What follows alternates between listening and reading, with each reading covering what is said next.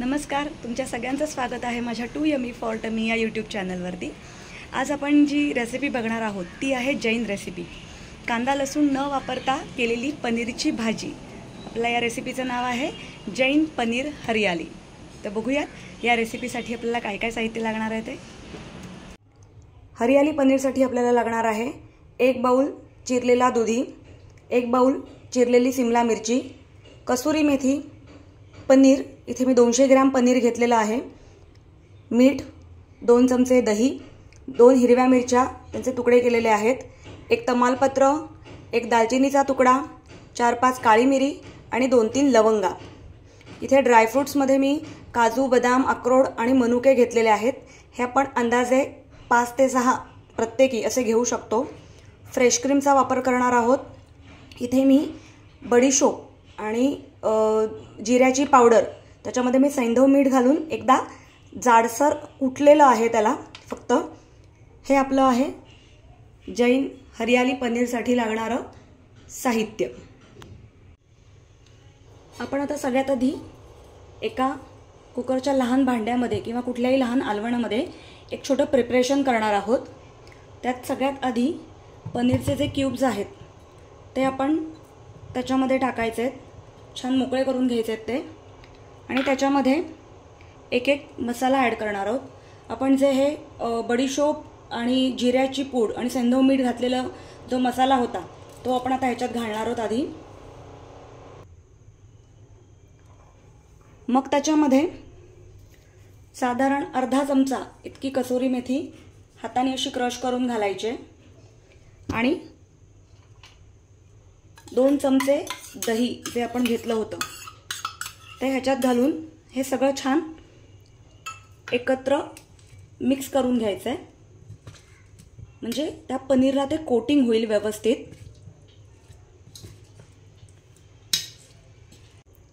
आता थोडा वेळ हे एका बाजूला ठेवूयात आणि आपलं मेन हरियाली पनीरचं जे प्रिपरेशन आहे ते करूयात। त्या कुकरमध्ये असा स्टँड ठेवायचा आहे आणि आपण ज्या भाज्या चिरून घेतलेल्या आहेत, दुधी,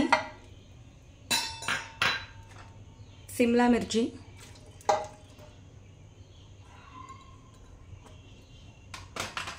ड्रायफ्रूट्स आणि हिरव्या मिरच्या या कुकरमध्ये ठेवायचं आहे आणि जे पनीर आपण कोट करून घेतलेलं होतं ते असं बरोबर मध्ये आपण प्लेस करणार आहोत। त्याच्यावर एक झाकण ठेवायचं आहे आणि आपण जे मसाले घेतले होते तमालपत्र, दालचिनी, लवंगा आणि काळी मिरी त्याची अशी मी छोटीशी पुरचुंडी बनवली आहे, ती आपण इथे कुकरमध्ये भाज्यांबरोबर ठेवणार आहोत, म्हणजे त्याचा सगळा फ्लेवर त्या भाज्यांमध्ये उतरेल। आता ह्या कुकरला आपण साधारण 3 शिट्ट्या मंद आचेवरती करणार आहोत, म्हणजे आपल्या भाज्या आणि ते पनीर छान शिजेल। 3 शिट्ट्या झालेल्या आहेत। आता आपण चेक करूयात आपली भाजी आता शिजलेली असेल।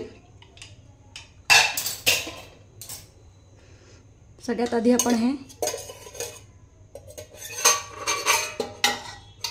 पनीरचं जे भांडं आहे ते बाहेर काढून घेऊयात आणि आपण जी पुरचुंडी टाकलेली होती ती वेगळी करून घ्यायची आणि आता ही शिजलेली भाजी थोडं गार झाल्यावरती मिक्सरमधनं वाटून घेणार आहोत। आता एका कढईमध्ये 1 चमचाभर तेल घालायचं आहे आणि आपण जे भाज्यांचं मिश्रण मिक्सरमधनं वाटून घेतलेलं आहे ते ह्याच्यात घालणार आहोत आणि छान एकजीव परतून घेणार आहोत।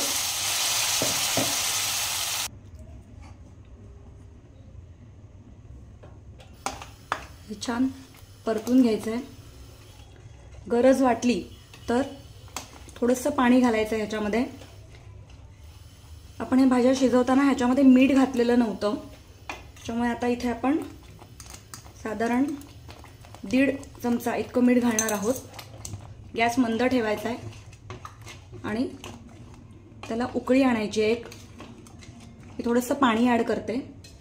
इथे पाणी वापरायला मी जे शिजवून घेतलेलं, भाज्या शिजवताना वापरलेलं जे पाणी होतं मी थोडंसं बाजूला ठेवलं होतं, तेच पाणी मी इथे वापरते.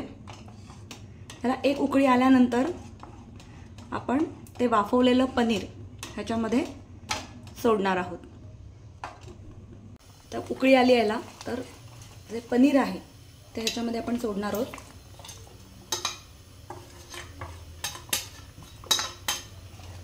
आपण ही भाजी बनवताना लाल तिखट वापरलेलं नाही आहे.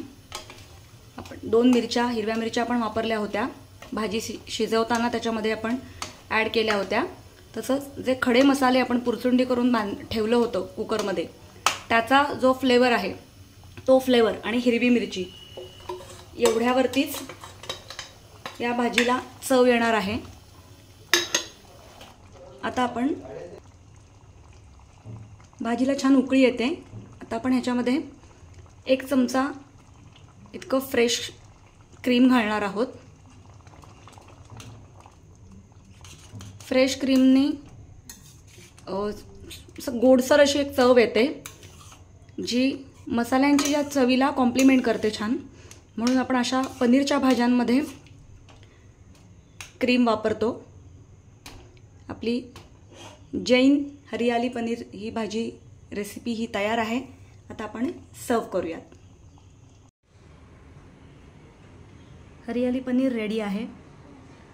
कांदा लसूण न वापरता तयार केलेली पनीरची भाजी, जी आपण जिरा राईस बरोबर किंवा कुठल्याही रोटी बरोबर खाऊ शकतो. आपले जैन पनीर हरियाली तयार आहे. श्रावण स्पेशल असलेली ही रेसिपी आहे, कारण की ह्यात कांदा लसणीचा वापर केलेला नाही आहे. तर तुम्ही रेसिपी नक्की करून बघा.